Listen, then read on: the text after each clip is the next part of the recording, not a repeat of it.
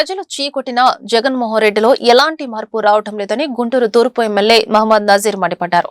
ప్రజల సొమ్ముతో జీతాలు తీసుకుంటూ ప్రజా సమస్యలపై మాట్లాడేందుకు అసెంబ్లీకి కూడా రాని జగన్ పరామర్శల పేరుతో రోడ్డెక్కడాన్ని ప్రతి ఒక్కరూ అసహ్యించుకుంటున్నారని పేర్కొన్నారు. గుంటూరు తూర్పు నియోజకవర్గంలోని 3, 9వ డివిజన్లోని బాలాజీనగర్, లక్ష్మీనగర్ ప్రాంతాలలో 3.73 కోట్లతో సీసీ రోడ్లు, డ్రైన్ల నిర్మాణానికి కూటమి నాయకులతో కలిసి శుక్రవారం ఎమ్మెల్యే నజీర్ శంకుస్థాపన చేశారు. ఈ సందర్భంగా ఆయన మీడియాతో మాట్లాడుతూ గత వైసీపీ ప్రభుత్వంలో పూర్తిగా అభివృద్ధికి దూరమైన అన్ని ప్రాంతాల రూపురేఖలు మారుస్తున్నాయని చెప్పారు. కూటమి ప్రభుత్వం రాకతో గుంటూరు ప్రగతి పరుగులు తీస్తుందని వివరించారు. ఈ కార్యక్రమంలో గుంటూరు నగర డిప్యూటీ మేయర్ షేక్ సజిలా, కూటమి నేతలు పాల్గొన్నారు.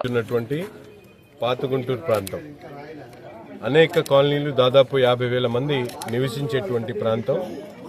గత పాలకులు పూర్తిగా నిర్లక్ష్యం చేసినటువంటి పరిస్థితులు.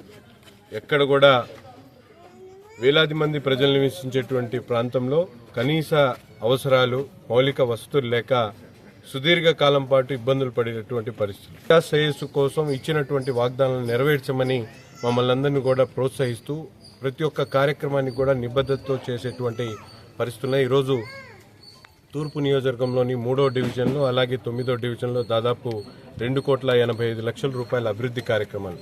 దుర్గానగర్లో ఉన్నటువంటి ప్రతి ఒక్క లైన్లు కూడా సీసీ రోడ్లతో పాటు డ్రైన్స్ ని, అలాగే మన బాలాజీనగర్తో 7వ లైన్ నుంచి 6వ లైన్ వరకు సీసీ డ్రైన్స్. ఈరోజు ప్రతిపక్షం లేనటువంటి పులివెందుల శాసనసభ్యుడు దొంగల్ని, అరాచకాలు చేసేటువంటి వాళ్ళని పరామర్శించుకుంటూ టైంపాస్ చేస్తా ఉన్నాడు. ప్రజల శ్రేయస్సు కోసం అసెంబ్లీకి వచ్చి మాట్లాడమంటే మాట్లాడేటువంటి పరిస్థితి లేదు. ప్రజాధనాన్ని జీతాల రూపంలో తీసుకుంటున్నటువంటి జగన్మోహన్ రెడ్డి గారు ఈరోజు ఏం చేస్తా ఉన్నాడంటే, ఒక లఫూట్లని, జోగి రమేష్ లాంటి లఫూట్లని పరామర్శించేటువంటి కార్యక్రమం చేస్తా ఉన్నాడు. ఎందుకంటే గతంలో మనందరం కూడా చూసాం, ఒక ప్రతిపక్ష నాయకుడిగా, మాజీ ముఖ్యమంత్రిగా సుదీర్ఘ కాలం పాటు ఆంధ్రప్రదేశ్ని పరిపాలించినటువంటి నాయకుడిగా ఉన్నటువంటి చంద్రబాబు నాయుడు గారి ఇంటి మీదకి వెళ్లి దాడి చేసేటువంటి ప్రయత్నం చేసినటువంటి లఫూట్ జోగి రమేష్ గారు.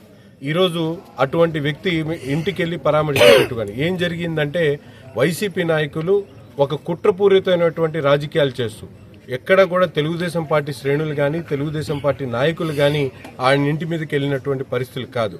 వాళ్లే సృష్టించుకొని రాష్ట్రంలో ఏదైతే కల్తీ లడ్డు వ్యవహారం ఉందో దాన్ని పక్కదోవ పట్టించేటువంటి కార్యక్రమంలో భాగంగా ఒకవైపు అంబటి రాంబాబు గారి ఇంటి మీదకి, ఒకవైపు జోగి రమేష్ గారి ఇంటి మీదకి కొంతమంది వైసీపీ చీఫ్ నాయకుల్ని పంపించి దాడులు చేసేటువంటి కార్యక్రమం చేసి రాష్ట్రంలో ఉన్నటువంటి ప్రజల ఆలోచనలు మరల్చేటువంటి కార్యక్రమం చేస్తా ఉన్నారు. ఈరోజు ఎన్డీఆర్ఎస్సీ కానీ ఇవన్నీ రిపోర్ట్స్ ఇచ్చినాయి. 2022లో ఏదైతే లడ్లు తయారు చేశారు, 20 కోట్ల లడ్డులో చెప్పినటువంటి విధంగా కల్తీ, నెయ్యి లేకుండా లడ్డు తయారు చేసినటువంటి పరిస్థితి టీటీడీకి సంబంధించినటువంటి లడ్డులో ఉంది. ఈ రాష్ట్రంలో ఉన్నటువంటి ప్రతి ఒక్క వ్యక్తి కూడా వెంకటేశ్వర స్వామిని ఎంతో ఆరాధనగా వాళ్ళందరూ కూడా పూజించే